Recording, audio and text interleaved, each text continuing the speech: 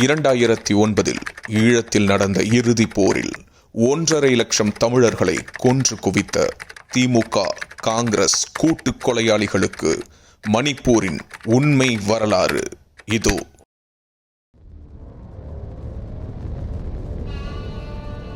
ஏழு சகோதரிகள் என்று அழைக்கப்படும் வடகிழக்கு மாநிலங்களில் மலைப்பகுதிகளை பெரும்பான்மையாக கொண்ட மாநிலம் மணிப்பூர்.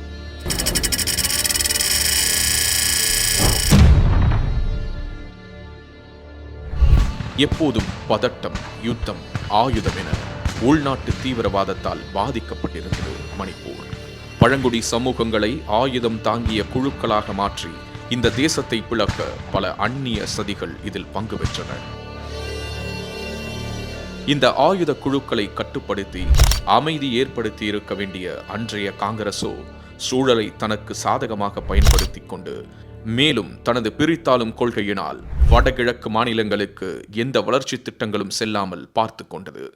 இன்று நடந்து கொண்டிருக்கின்ற கலவரங்களை பற்றி அறிந்து கொள்வதற்கு முன் அதன் வேர்களை தேடிச் செல்லும். காங்கிரஸை பொறுத்தவரை மெய்த்தி இந்துக்களையும் நாகா, குக்கி போன்ற கிறிஸ்தவ பழங்குடிகளையும் பிரித்து வைத்தே அரசியல் செய்தது. பழங்குடிகளின் நியாயமான கோரிக்கைகளையோ மெய்த்தி மக்களின் அடிப்படை தேவையையும் உணராமல் அவர்களுக்குள் இருந்த பிளவுகளையே தங்கள் அரசியலுக்கு சாதகமாக பயன்படுத்திக் கொண்டது. காங்கிரசின் இந்த தவறான வழிகாட்டுதல் அந்த மாநில பிரிவினைவாதிகள் தனிநாடு கேட்க வேண்டிய சூழலுக்கு கொண்டு வந்து நிறுத்தியிருந்தது.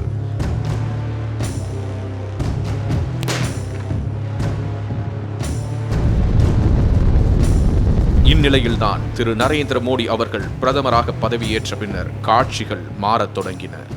யுத்த சத்தம் ஓய்ந்தது. இரத்த ஆறுகள் வடிந்து எழிலாறுகள் பாயத் தொடங்கின. மெய்த்தி மற்றும் குக்கி பழங்குடிகளை ஒன்றாக இணைத்து வைப்பதன் மூலமே மணிப்பூரில் அமைதியை கொண்டு வர முடியும் என்றும் அதுதான் நீடித்த நிலைத்த வளர்ச்சியை வடகிழக்கில் கொண்டு வரும் என்பதிலும் உறுதியாக இருந்தார் பிரதமர் மோடி. சுதந்திர இந்திய வரலாற்றில் வடகிழக்கு மாநிலங்கள் மீது யாரும் காட்டாத அக்கறையை காட்டத் தொடங்கினார் பிரதமர் மோடி. உட்கட்டமைப்பு, சாலை, அனைவருக்கும் கழிப்பறை வசதி என மற்ற மாநிலங்களுக்கு இணையாக வடகிழக்கு மாநிலங்கள் மீது தன் முழு பார்வையையும் செலுத்தி முன்னேற்ற பாதைக்கு கொண்டு சென்றார். இந்தியா டுடே வெளியிட்டுள்ள ஒரு கணக்கெடுப்பே காங்கிரஸ், பாஜக இருவரில் யார் சிறந்தவர்கள் என்பதை வெளிப்படையாக காட்டிவிடும். உதாரணமாக 2005ஆம் ஆண்டு காங்கிரஸ் ஆட்சியில் ஓராண்டில் மட்டும் பாதுகாப்பு படையினர் மற்றும் பொதுமக்கள் என சுமார் 200 பேர் தீவிரவாத தாக்குதல்களால் உயிரிழந்துள்ளனர். ஆனால் பாஜக ஆட்சி பொறுப்பேற்றது முதல் படிப்படியாக உயிரிழப்பு எண்ணிக்கை குறைந்து ஆச்சரியம் அளிக்கும் வகையில் 2022ஆம் ஆண்டு மொத்தமாகவே 5 பேர் மட்டுமே கலவரங்களில் உயிரிழந்துள்ளனர். இதற்கு முக்கிய காரணம் அரசு நடத்திய பேச்சுவார்த்தை. அதன் காரணமாக பயங்கரவாதிகள் பலர் வன்முறையை கைவிட்டு அமைதி பாதைக்கு திரும்பியதே ஆகும். குக்கி மக்களிடையே சிலர் வைத்த பொய் பிரச்சாரங்களையும் முறியடித்துவிட்டு மத்திய அரசால் பலனை அனுபவித்த இரு சமூக மக்களும் மதம், இனம் என்ற எல்லைகளை கடந்து அடுத்த மாநில தேர்தலிலேயே பாரதிய ஜனதாவை ஆட்சியில் அமர்த்தி தங்கள் ஆதரவை வெளிப்படையாக தெரிவித்தனர். இதே போன்ற நிலை நீடித்தால் இனி எப்போதும் ஆட்சிக்கு வரவே முடியாது என்ற நிலையில்தான் நடந்து கொண்டிருக்கின்ற கலவரங்களை தேச விரோத சக்திகள் மேலும் வளர்த்துவிடும் வேலைகளை செய்து வருகிறது. அதன் ஒரு பகுதிதான் இந்த மணிப்பூர் கலவரங்களும் என்றால் அது மிகையாகாது. நடைபெறுகின்ற சம்பவங்களுக்கு பின் போதைப் பொருள் கும்பல்களும் தீவிரவாத குழுக்களும் இருக்கின்றன என்ற செய்திகள் வெளிவந்து கொண்டிருக்கின்றன.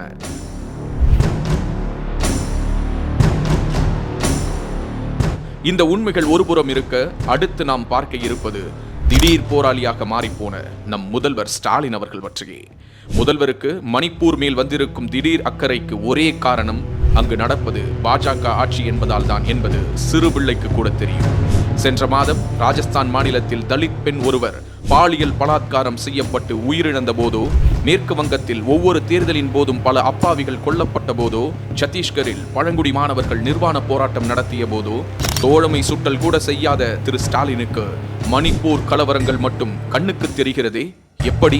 மற்ற மாநிலங்களை கூட விட்டுவிடலாம். தன்னுடைய சொந்த மாநிலத்தில் நடந்த வேங்கை வயல் சம்பவத்திற்கே தீர்வு தராதவர் அடுத்த மாநிலத்திற்காக கண்ணீர் சிந்துவதாக சொல்வது என்பது நகைமுரணாக தோன்றவில்லையா? இவரின் நோக்கம் உண்மையானது என்றால் மேற்சொன்ன மாநில பிரச்சனைகளுக்கும் குரல் கொடுத்திருக்க வேண்டாமா?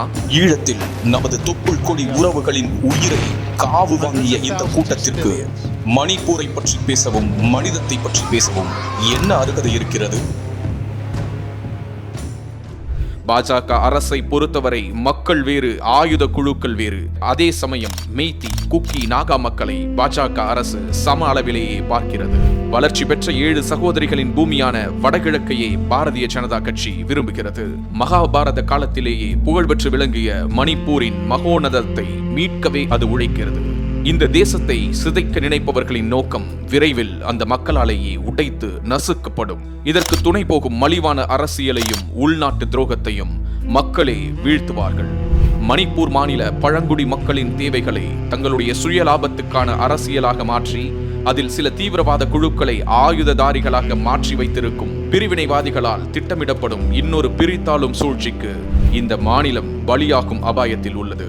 இதனை தடுப்பது இந்த நாட்டின் ஒவ்வொரு குடிமகனின் கடமையாகும்.